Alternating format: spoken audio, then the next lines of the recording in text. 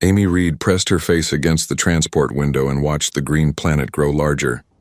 Verdania looked like a giant emerald spinning in space. She had been 12 years old for 3 weeks now, and she had spent all those weeks frozen in a sleep pod.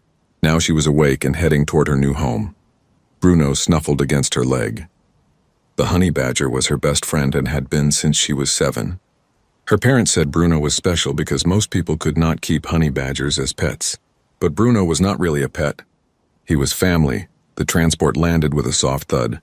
Amy grabbed her bag and followed the other colonists down the ramp. The air on Verdania smelled different. It was sweet and thick like breathing soup. Her parents were already outside, setting up their laboratory equipment. They were scientists who studied alien animals and plants. "Amy, help us with these boxes," her mother called. Amy ran over with Bruno trotting behind her. He looked funny when he ran, like a small furry tank on short legs. The human colony was not very big yet. There were only 30 buildings made of gray metal. They formed a circle around a central plaza. Beyond the buildings, Amy could see tall purple trees that swayed even though there was no wind. This planet was strange and wonderful. That evening, Amy sat with her parents in their new quarters. The room was small but comfortable. Her father explained that humans were not alone on Verdania. Another species lived here first. They were called the Talrian. "What do they look like?" Amy asked. She fed Bruno some dried meat from her pocket. He crunched it loudly. "They are tall, maybe 8 feet, her father said. They have scales like lizards, but they walk on 2 legs like us. They are very strong and very proud," her mother added. "We must be respectful. They agreed to let us build our colony here, but they are not sure about us yet. They think humans are weak." Amy looked at Bruno. He was lying on his back with his paws in the air, making small snoring sounds. He did not look dangerous at all. She smiled. The next morning, Amy explored the colony. She walked past the medical building and the food storage units. At the far edge of the settlement, she found a fence. Beyond it was the forest with those strange purple trees. A sign on the fence said, "Neutral zone, stay close." Bruno squeezed under the fence and sniffed around. Amy followed him but stayed within sight of the colony. The ground was soft and covered in blue moss. It felt like walking on a spongy carpet. Strange birds made clicking sounds above her head. Suddenly, Bruno froze. His body went stiff and his small eyes focused on something ahead. Amy looked up and gasped. 3 figures stood at the edge of the trees. They were definitely not human. The Talrian were even taller than her father had said. Their scales were dark green and shimmered in the sunlight. They had long arms and sharp claws on their fingers. Their faces were somewhat flat with large yellow eyes. They wore simple clothes made of some kind of leather. One of them, the tallest, pointed at Amy and said something in a hissing language. The other 2 laughed. It did not sound friendly. Amy felt her heart beat faster. She reached down and touched Bruno's head. He rumbled softly, a warning sound she knew well. The 3 young Talrian walked closer. They moved with grace like dancers or hunters. When they were 10 feet away, they stopped. The tall one spoke again, this time in rough English. "You are human, child. You are very small." Amy stood up straighter. "I am 12 years old. My name is Amy." The 3 aliens looked at each other and made that laughing hiss again. The second one, who had a scar across his snout, pointed at Bruno. "What is that tiny creature? Your guard animal?" "This is Bruno. He is my friend." The third alien, who was slightly smaller than the others and had brighter scales, leaned forward. "It looks weak, like you. All humans look weak and soft." Amy felt anger bubble in her chest, but she kept her voice calm. Her parents had taught her to always stay calm with aliens. "We may look different, but we are not weak," the tall one snorted. "We are Talrian. We hunt the great beasts of this world. We are warriors." "What are humans? You have no scales, no claws, no strength. You are prey animals," Bruno growled. It was a low sound that came from deep in his throat. The 3 Talrian looked down at him with amusement. "Even your animal knows it should fear us," the scarred one said. Amy picked up Bruno and held him close. He was tense in her arms, every muscle ready. "We should go back," she said quietly. "Yes, run back to your metal boxes, soft human," the tall one said. "This world belongs to the strong." Amy turned and walked back toward the fence. She could hear the 3 aliens laughing behind her. Bruno twisted in her arms, trying to look back at them, his teeth showing in a silent snarl. That night, Amy told her parents what happened. Her father sighed and her mother looked worried. "Those were probably young Talrian," her father said. Like teenagers. They are testing us, seeing if we are a threat. They said we were weak, Amy said quietly. Her mother hugged her. Different does not mean weak. Remember that. Humans survived on Earth, and Earth was not an easy planet. We are stronger than we look. Amy went to bed thinking about those words. Bruno curled up next to her, warm and solid. She ran her hand through his coarse fur. Maybe the Talrian were right. Maybe humans did look weak compared to them. But Amy had a feeling they did not understand everything about Earth creatures. Not yet, anyway. 3 days passed before Amy saw the Talrian again. The colony leaders had announced something called a cultural exchange program. Human children and young Talrian would meet in a special building to learn about each other. Amy's mother said it was important for peace between the two species.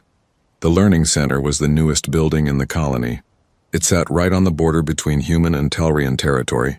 Half of it was built in human style with smooth walls and bright lights. The other half was built in Talrian style with rough stone and dim lighting. Amy thought it looked like two different buildings stuck together. She walked into the human side with Bruno at her heels. The room had chairs and tables and big screens on the walls. 5 other human children were already there, talking nervously. They all stared at Bruno. Most people stared at Bruno when they first saw him. A woman named Dr. Fisher was the teacher. She smiled at everyone and explained the rules. Be respectful. Be curious. Be patient. Remember, we are all learning today. The door on the Talrian side opened. 6 young Talrian walked in. They had to duck their heads to fit through the doorway. Amy recognized 3 of them immediately. The tall one, the scarred one, and the one with bright scales. Her stomach tightened. The Talrian moved to one side of the room. The human stayed on the other side.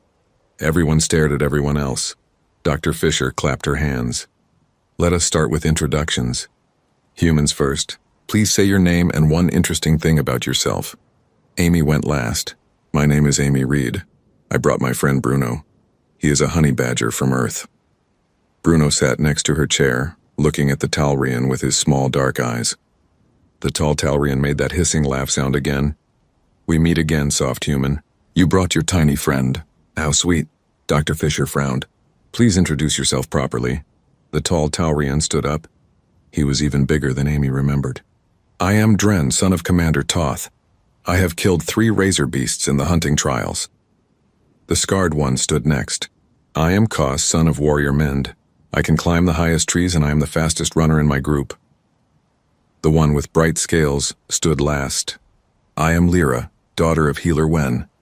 I have memorized all the battle songs of our ancestors.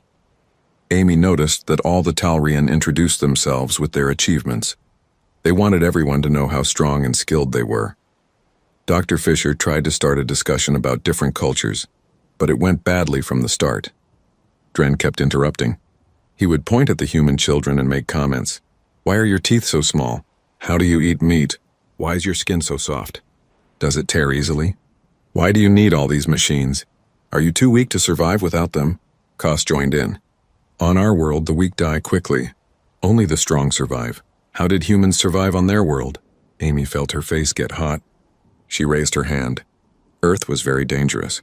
We had predators much bigger than us. We survived by being smart and working together. Lyra tilted her head. Smart is not the same as strong. A smart prey animal is still prey. Bruno growled. It was louder this time. The Talrian noticed. Dren leaned forward, his yellow eyes fixed on the honey badger. Your animal makes noise. Is it trying to threaten us? How amusing. Amy put her hand on Bruno's head. He does not like it when people are rude to me.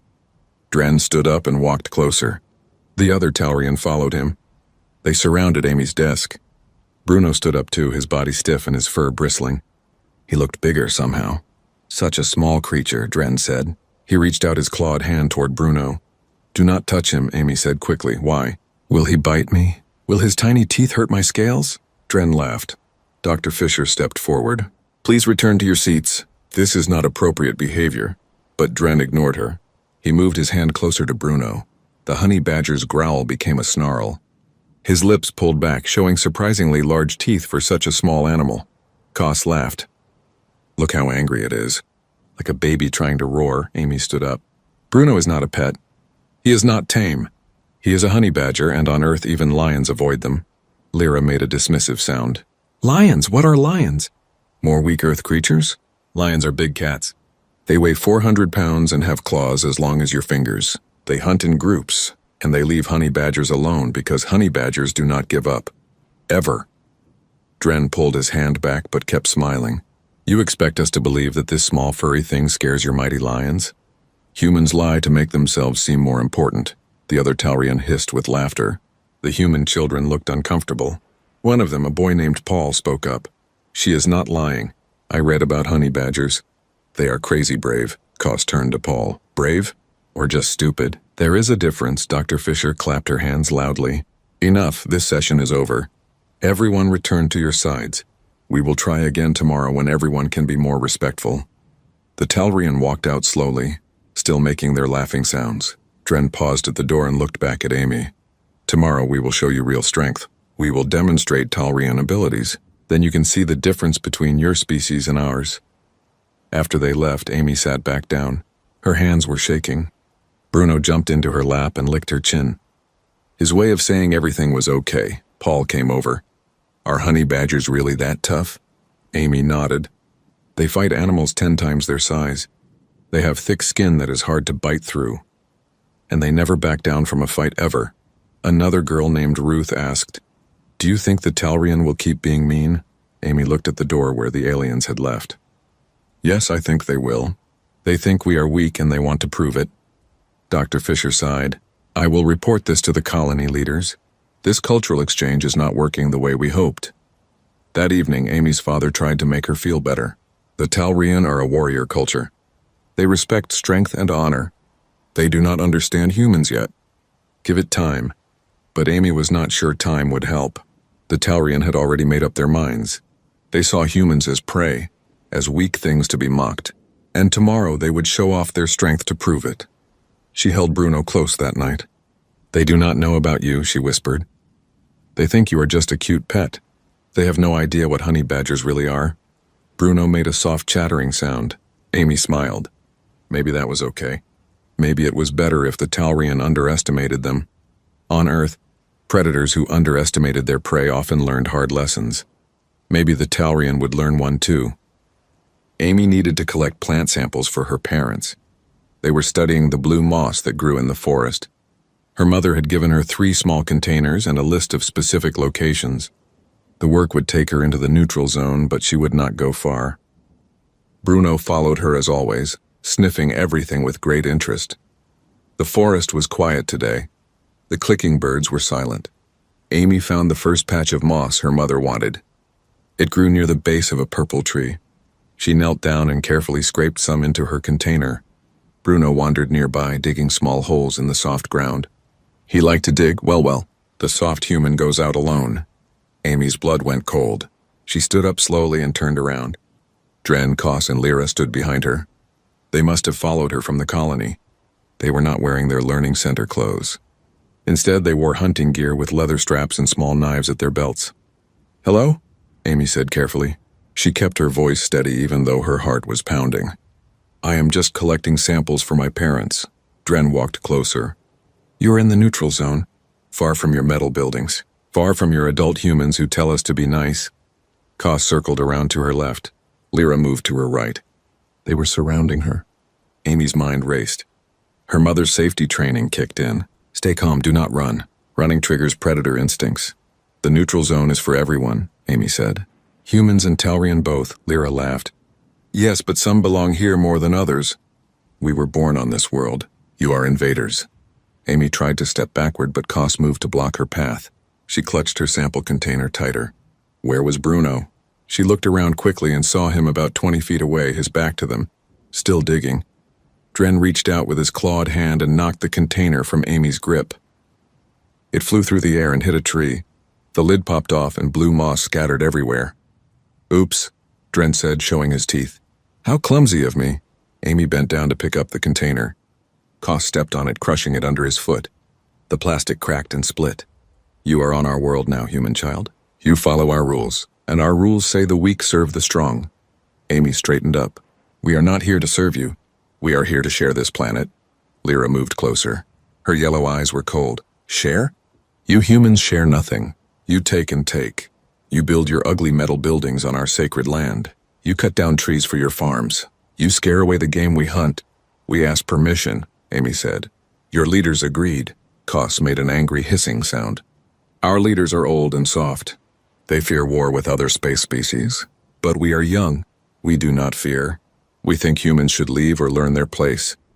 Dren grabbed Amy's bag and dumped it on the ground. Her sample containers rolled everywhere.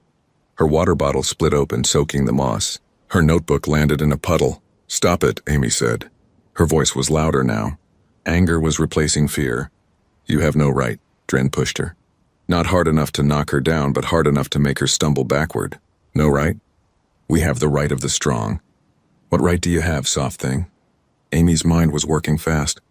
She could not fight them. They were bigger, stronger, and there were 3 of them. She needed to get back to the colony. She started walking toward the fence, trying to go around Lyra. Lyra blocked her path. Where are you going? We are not finished. Koss grabbed Amy's shoulder. His claws dug through her shirt. Not breaking skin, but close. You will stand still when we talk to you. You will show respect. Let go of me, Amy said. She tried to pull away, but his grip was too strong. Dren came very close. His face was inches from hers. She could smell something like cinnamon on his breath. You need to learn, human. You need to learn what happens to prey who wander into the wrong territory. Bruno must have heard the fear in Amy's voice because suddenly he was there. He appeared from nowhere, running full speed toward them. His short legs moved in a blur. His small body crashed into Dren's leg. Dren looked down in surprise. What is this? The tiny pet comes to rescue? Bruno bit Dren's leg. Not hard enough to pierce the scales, but hard enough to get attention. Dren kicked him away. Bruno tumbled through the moss, rolled, and came right back, snarling. Koss laughed. It thinks it is dangerous. Should we teach it a lesson too? He reached down to grab Bruno. That was a mistake. Bruno was faster than any of them expected. He latched onto Koss's hand and did not let go. Koss shook his arm, but Bruno held on, his teeth finding the gaps between scales. Get it off, Koss shouted. He tried to pull Bruno away, but the honey badger's thick, loose skin made it impossible to get a grip. Koss's claws could not penetrate Bruno's fur and hide. Lyra tried to help. She grabbed Bruno's back leg. Bruno twisted with impossible flexibility and bit her wrist. She screamed and let go. Talrian blood, which was dark blue, dripped on the moss. Amy should have run. This was her chance to escape. But she could not leave Bruno. She shouted his name. Dren pulled out his knife. Enough. This creature dies now. He lunged at Bruno, but the honey badger was already moving. Bruno let go of Koss and dodged the knife with ease. He darted between Dren's legs and bit the back of his ankle. Dren howled and fell to one knee. All 3 Talrian were bleeding now. Small wounds, but wounds that hurt and shocked them. This was not supposed to happen.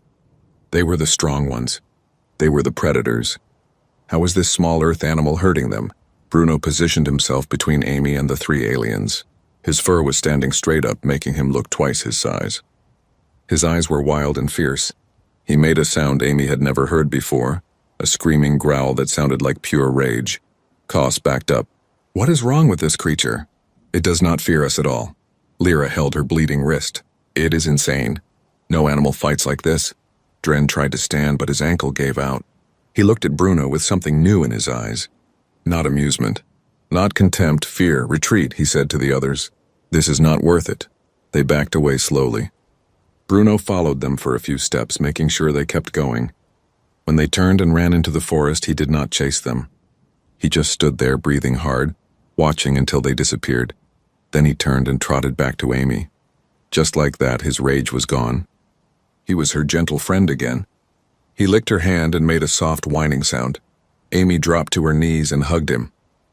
She was shaking all over. You saved me. You actually made them run away. Bruno licked her face. His mouth still had blue blood on his teeth. Amy noticed he was not even tired.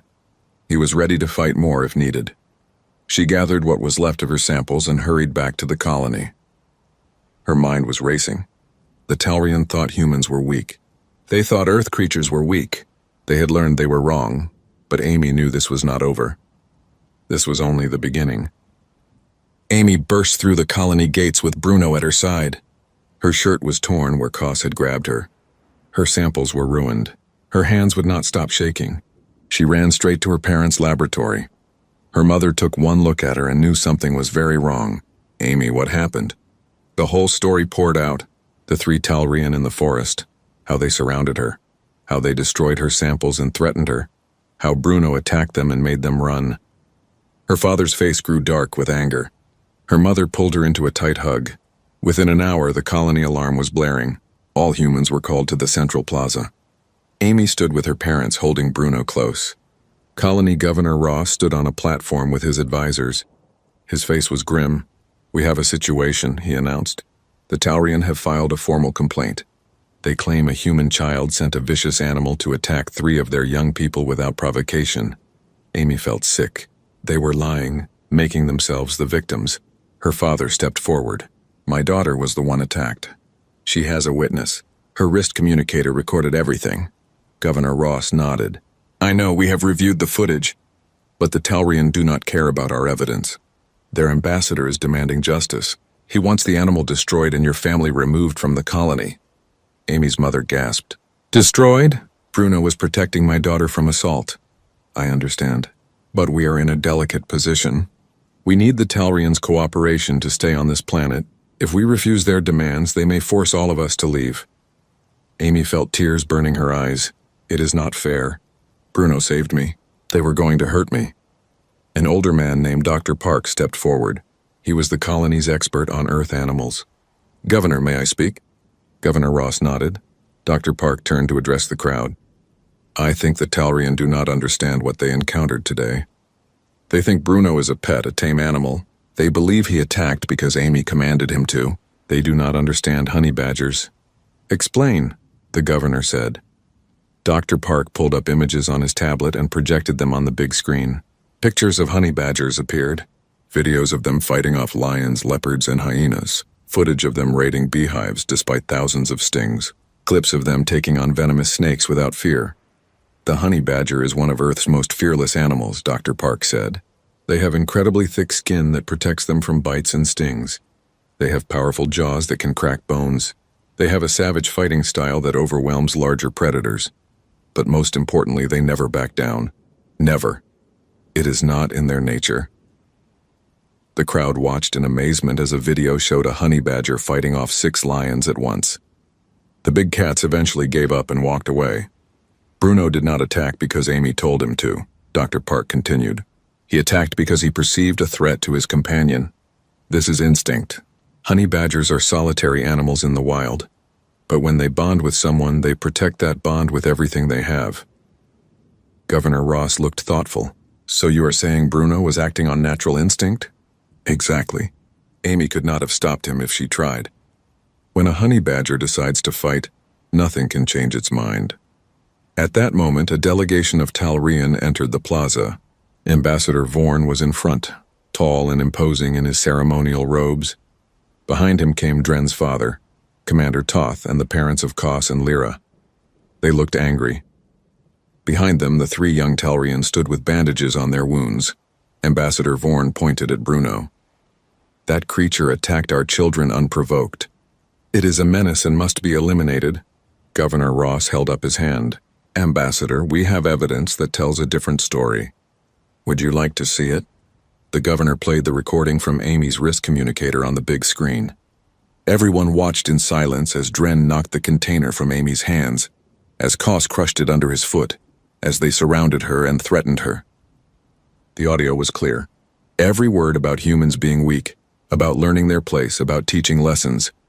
When it showed Kos grabbing Amy's shoulder with his claws, several humans gasped. When it showed Dren pulling his knife on Bruno, angry muttering spread through the human crowd. The Talrian delegation stood very still. Commander Toth's scales flushed darker with what might have been embarrassment or anger. The 3 young Talrians stared at the ground. Ambassador Vorn's voice was stiff. "Your child provoked them by entering Talrian territory. The neutral zone is open to all," Governor Ross said firmly. "Your own leaders agreed to this, and even if she had crossed into your territory, that does not give anyone the right to assault a child." Dr. Park stepped forward again. "Ambassador, may I ask you something? Have you ever heard of honey badgers before today?" Vorn looked confused by the question. "No, why would we? Because understanding this animal might help you understand what happened." Dr. Park showed more videos. He explained Bruno's nature, his instincts, his fearless personality. The Talrian watched with growing surprise. Commander Toth spoke up. You are saying this small creature regularly fights animals much larger than itself? Not just fights, Dr. Park said. Wins, or at least survives. Honey badgers have been documented fighting off entire packs of African wild dogs, multiple hyenas, even young elephants. They are pound for pound one of Earth's most formidable animals. Lyra's mother, a Talrian healer, studied the videos with professional interest. Its skin appears very thick, and it moves with unusual flexibility. This explains why our children could not grip it properly. The skin is incredibly tough, Dr. Park confirmed. It is designed to resist bites from large predators and stings from thousands of bees. Your children's claws likely barely scratched it. Koss's father, Warrior Mend, looked at his son. You told me it was a small, harmless pet. You said the human girl used some kind of human trick to make it attack. Koss could not meet his father's eyes. We thought it was just a pet. Dren's father, Commander Toth, walked over to Bruno. The honey badger looked up at him with those small, fearless eyes. Bruno did not back away. He did not growl. He just watched, ready for anything. This creature fears nothing, Commander Toth said quietly. I can see it in its stance. It would fight me right now if I threatened the girl, even knowing I am 3 times its size. That is correct, Amy said, her voice small but steady. Bruno does not know how to give up. It is his nature. Ambassador Vorn was silent for a long moment. Finally he spoke. I was told humans were soft. I was told Earth was an easy world that produced weak creatures. Perhaps we were told wrong. Governor Ross seized the opportunity. Earth is not an easy world, Ambassador.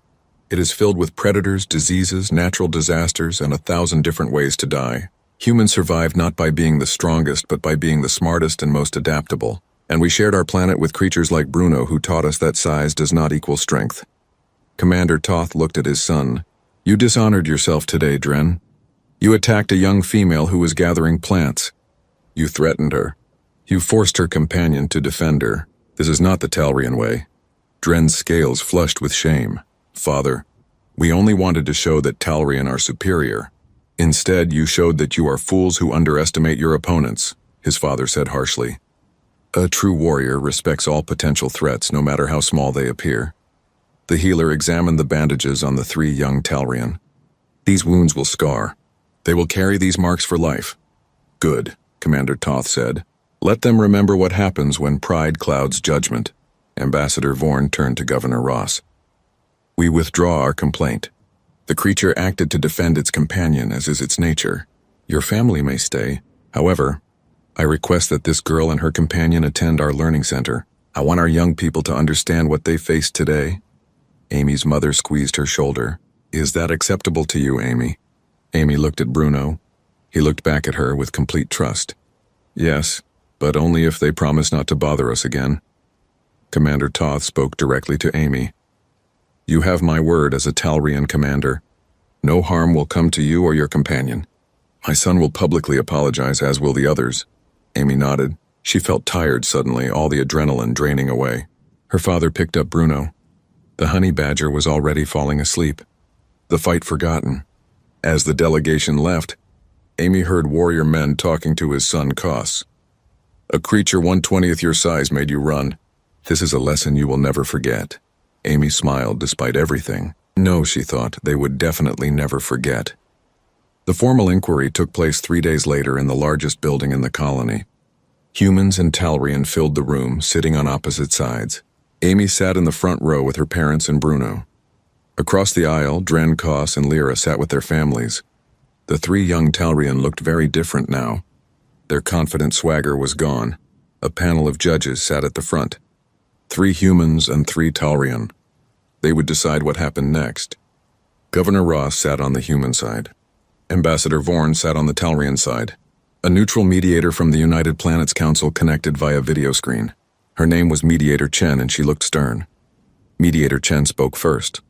This inquiry will determine the facts of the incident in the neutral zone. We will hear from all witnesses. We will review all evidence. Then we will decide if any rules were broken and what consequences should follow. Let us begin with the human side. Amy Reed, please tell us what happened. Amy stood up. Her legs felt wobbly, but she kept her voice clear. She told the whole story from the beginning. How she went to collect samples. How the 3 Talrian followed her. How they surrounded her and destroyed her work. How they threatened her and grabbed her. How Bruno defended her. When she finished, Mediator Chen asked, "Did you command your companion to attack?" "No, ma'am. I could not have stopped him even if I wanted to. When Bruno thinks I am in danger, he acts on his own." Next, the Talrian gave their version. Dren stood up and spoke carefully. His father watched him with hard eyes. "We encountered the human in the neutral zone. We were curious about her. We wanted to see what she was doing. There was some conversation. Perhaps we were not as polite as we should have been. Then her animal attacked us without warning." Mediator Chen raised an eyebrow. "Without warning?" "The video evidence suggests otherwise." The video played again on multiple screens around the room. Every detail was visible. Every word was audible. When it reached the part where Dren knocked the container from Amy's hands, several Talrian in the audience shifted uncomfortably. When Koss grabbed Amy's shoulder with his claws extended, Talrian parents looked at their own children with concern. The mediator paused the video. "This does not look like curiosity, young Dren. This looks like intimidation and assault." Dren's scales flushed darker. He said nothing. Koss was called to speak next. "We made a mistake," he said quietly. "We underestimated both the human and her companion. We thought because they looked small and weak they were no threat. We were wrong." Lyra stood up without being asked. "I want to speak truthfully," she said. Her voice trembled slightly. "We did not just want to observe the human. We wanted to scare her. We wanted to prove that humans do not belong on our world. We thought we could make her run back to her colony and cry. Instead, her companion made us run. We are ashamed." Her mother, the healer, nodded approvingly at her daughter's honesty. Ambassador Vorn looked less pleased. Dr. Park was called to testify next. He brought his research materials and displayed them for everyone to see. He showed videos of honey badgers in the wild. He explained their biology, their behavior, their legendary fearlessness. "This is not a trained attack animal," Dr. Park said firmly. "This is a wild species that has been socialized to live with humans but retains all its natural instincts. When Bruno perceived a threat to Amy, he did what millions of years of evolution programmed him to do. He attacked to defend."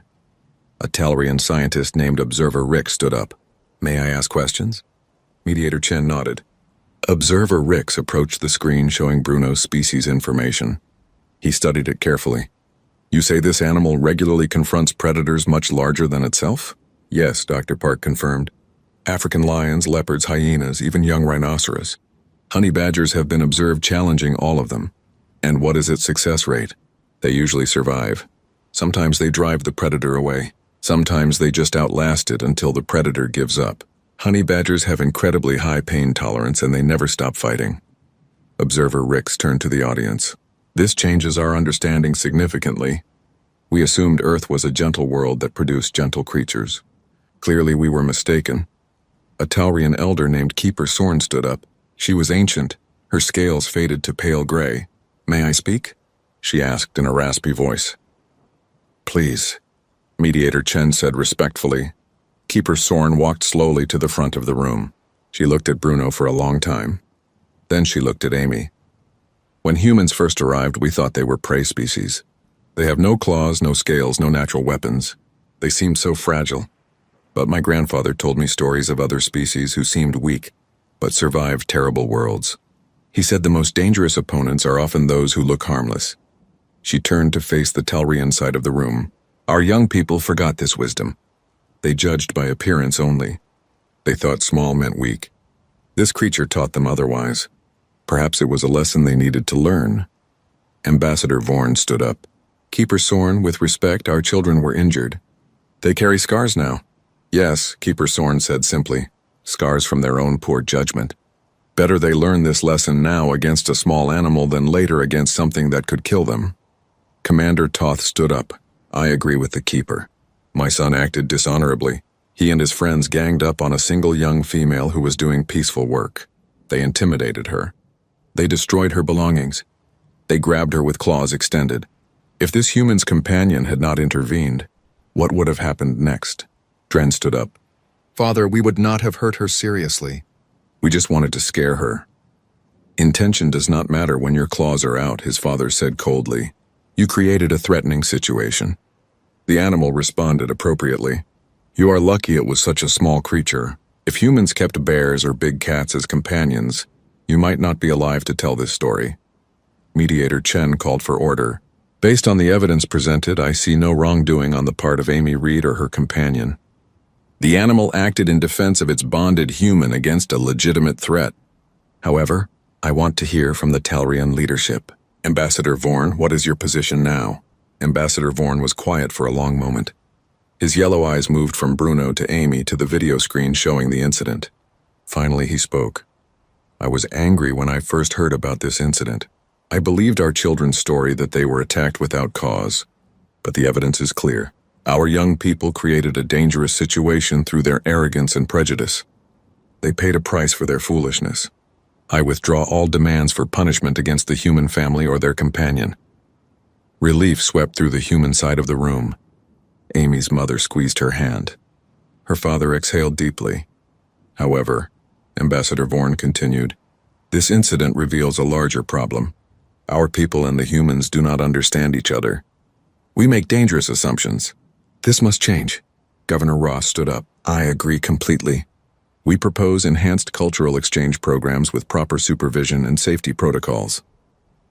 And education, Observer Rix added. We need to learn about Earth and its species. Clearly, our knowledge is insufficient. We assumed Earth was a soft world, but a planet that produces creatures like this honey badger must be far more dangerous than we imagined. Dr. Park nodded. Earth has more ways to kill you than almost any planet in the known galaxy. We have predators, venomous creatures, extreme weather, deadly diseases, and plants that can poison you with a touch. Humans evolved to survive all of that. We learned to respect everything around us because underestimating anything could mean death. A young Talrian in the audience stood up. Is it true that humans are not even the strongest predator on Earth? Not even close, Dr. Park said. Humans are actually quite weak physically compared to many Earth species. We survive through intelligence, cooperation, and tools, and by learning to coexist with animals like Bruno, who could teach us about fearlessness. Mediator Chen made her final statement. This inquiry finds no wrongdoing on the part of Amy Reed or her companion Bruno. The three young Talrian are found responsible for creating a threatening situation. I recommend they perform community service and attend mandatory cultural education classes. This incident is closed. The room erupted in conversation. Amy felt a huge weight lift from her chest. Bruno was safe. They could stay on Verdania. Commander Toth brought Dren over to Amy. The tall young Talrian stood before her, looking uncomfortable. I apologize for my actions, Dren said formally. I judged you and your companion unfairly. I threatened you without cause. I dishonored myself and my family. I ask your forgiveness, Amy looked up at him. He was still scary looking with his scales and claws and yellow eyes, but she could see shame in his expression now. Real shame, I forgive you, she said, but do not do it again. To me or anyone else. I will not, Dren promised. I have learned something important. Appearance means nothing. It is what is inside that matters. Your companion is smaller than my hand, but he has the heart of a warrior 10 times his size. Kos and Lyra also apologized.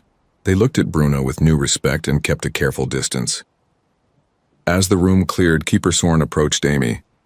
The old Talrian smiled, showing many teeth. Your small friend reminds me of ancient Talrian wisdom. The fiercest fighter is not always the biggest or the strongest. Sometimes it is the one who refuses to quit. Amy smiled back. Bruno taught me that too. He is not strong like a lion or fast like a cheetah, but he never gives up. Ever. Keeper Sorn patted Bruno's head gently. He allowed it, which surprised everyone. May I share a thought with you, young human? Earth sounds like a terrible, wonderful place. Perhaps humans are stronger than they appear because they had to be. Soft skin hides hard spirits. Amy had never thought of it that way, but the old Talrian was right. Humans looked weak, but they survived Earth. That was strength of a different kind.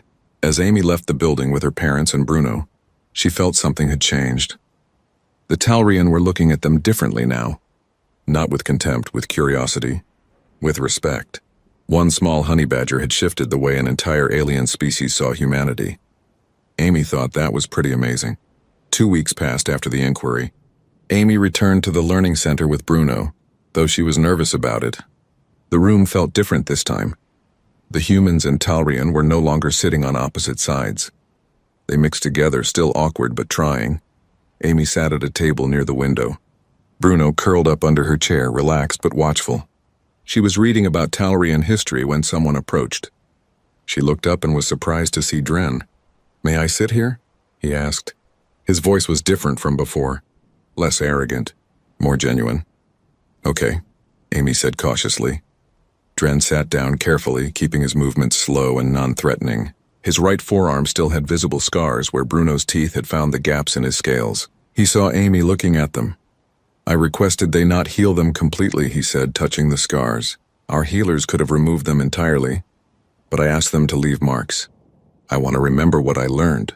"What did you learn?" Amy asked. Dren thought for a moment. "That I am an idiot.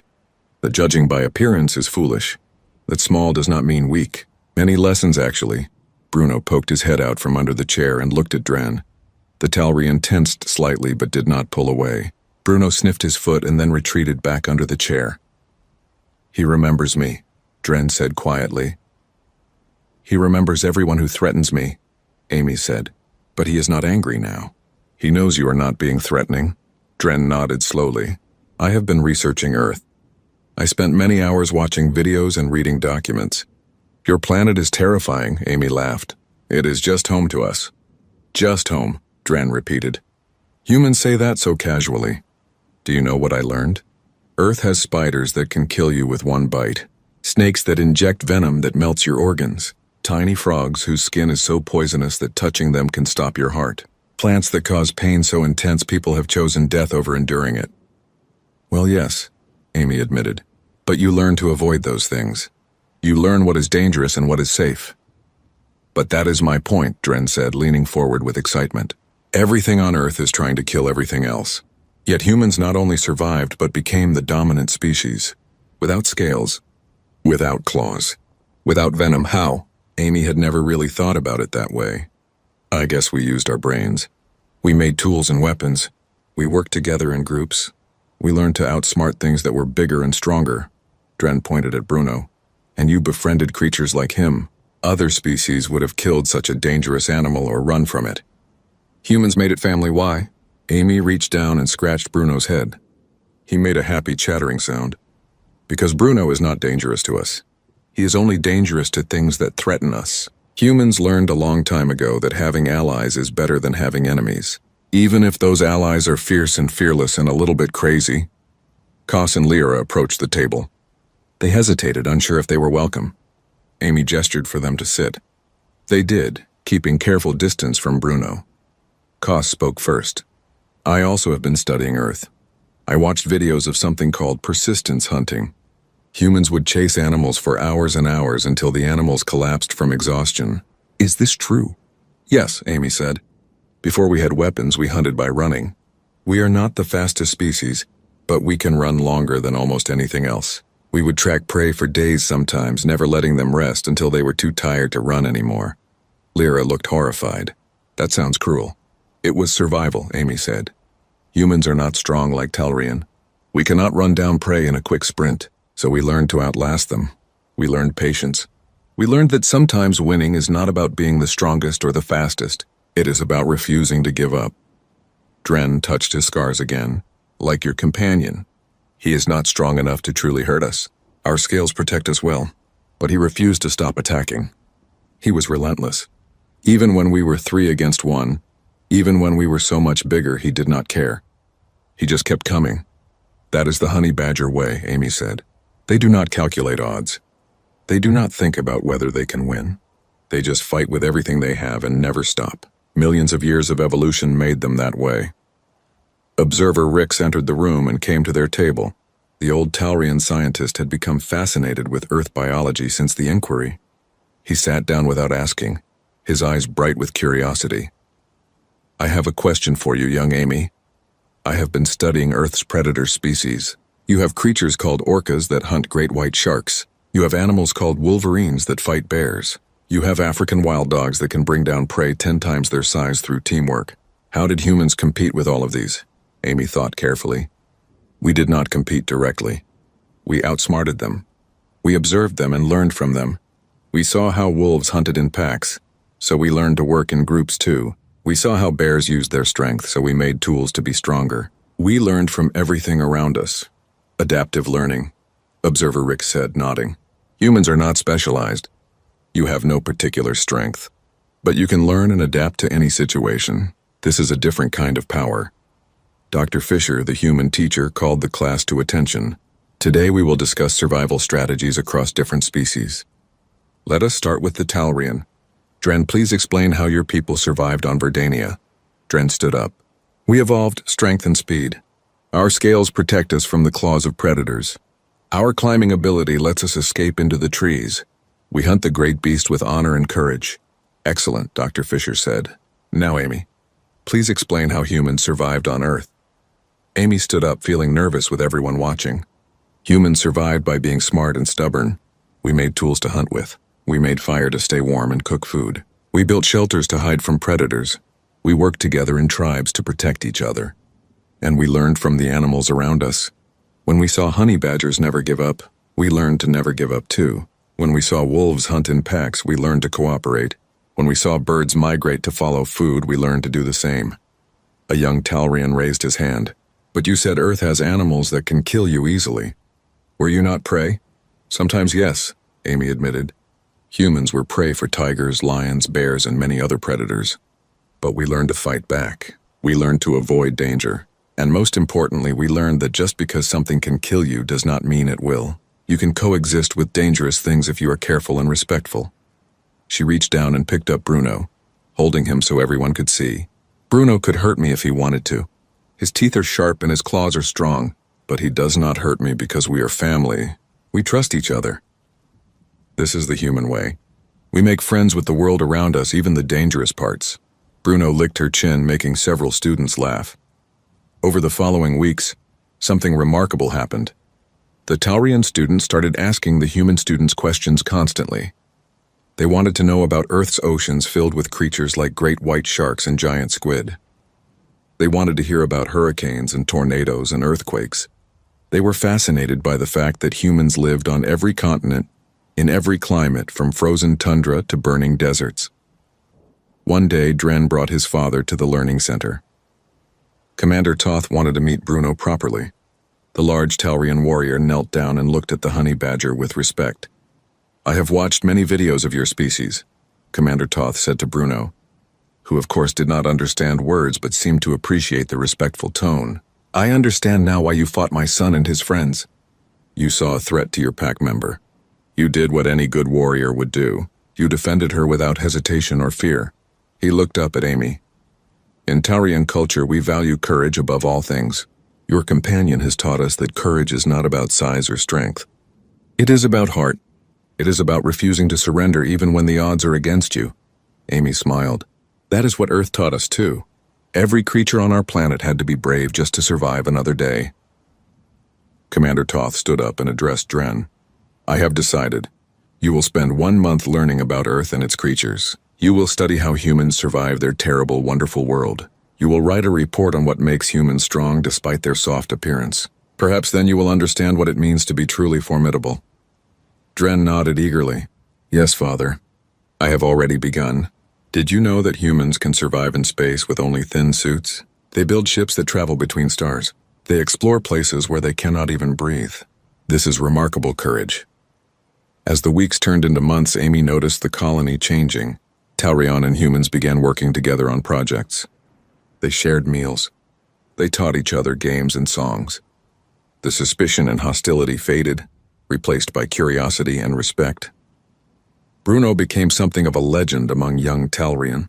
They would come to watch him, always from a safe distance, fascinated by this small creature who had defeated 3 of their kind. Some brave ones even asked to pet him. Amy always made them approach slowly and respectfully. Bruno tolerated it, though he clearly preferred Amy's company. One evening, Amy sat with Dren, Kos, and Lyra at the edge of the forest. They were watching the sunset, which turned the sky purple and orange. Bruno was digging holes nearby, happy in his own world. I have been thinking, Dren said quietly. When we first met humans, we thought you were weak because you did not look like warriors. But now I understand that you are warriors of a different kind. You fight with your minds. You fight with patience. You fight by never giving up, no matter how hard things get. Kos added, your planet made you that way. It tested you every single day. You had to be tough inside even if you were soft outside. Lyra looked at Bruno. And you surrounded yourselves with creatures who could teach you lessons. Like never backing down, like protecting your family no matter what, like being brave even when you were small. Amy felt warmth in her chest. You know what is funny? Humans always thought we were just average. We looked at Earth's lions and bears and thought they were the impressive ones. We never realized that surviving Earth made us special too. Dren smiled, showing all his teeth. It did not look threatening anymore. It looked friendly. The smallest creatures teach the biggest lessons. Your companion taught me that. Earth taught you that. Now you have taught us that. Bruno trotted over and sat down next to Amy, leaning against her leg. He looked at the 4 young aliens around him without fear or hostility. Just acceptance. To Bruno, if Amy trusted them, then they were okay. Amy thought about how much had changed since that first frightening day in the forest. Dren and his friends had gone from bullies to friends. The Telrian had gone from seeing humans as prey to seeing them as equals. All because one small honey badger refused to let anyone hurt his friend. Can I tell you something? Amy said. Bruno is not even one of Earth's most dangerous animals. He is just one example. Earth has bears that weigh 1,000 pounds, sharks with mouths full of razor teeth, crocodiles that can snap a body in half, tiny mosquitoes that kill more humans than any predator. If you think Bruno is fierce, you should see the rest of our planet. The 3 Telrians stared at her with wide eyes. Then slowly Dren started laughing. Koss and Lyra joined in. It was not mocking laughter like before. It was amazed laughter, impressed laughter. Humans are insane, Dren said, still laughing. You survived all of that and you act like it is normal. You are the most terrifying species in the galaxy and you do not even know it. Amy laughed too, maybe. Or maybe we just learned that the universe is big and dangerous and wonderful, and the best way to handle it is to be brave, be smart, and make friends with the fierce things instead of fighting them. She looked down at Bruno, who was falling asleep against her leg. His small chest rose and fell peacefully. This little creature had changed everything. He had protected her when she was in danger. But more than that, he had shown the Telrian that strength comes in many forms. That courage is not about size. That the most powerful weapon is often a heart that refuses to quit. The sun finished setting and the stars came out. Amy sat with her new friends, human and alien, together, with Bruno sleeping peacefully beside her. She thought about Earth, dangerous and beautiful, and all the lessons it had taught humanity. They were lessons worth sharing with the galaxy. Somewhere in the forest, a nightbird called out. Bruno's ear twitched in his sleep, but he did not wake. He did not need to. There was no threat here, just friends sitting together under alien stars, learning that the universe was better when different species tried to understand each other instead of fighting. And that was the biggest lesson of all.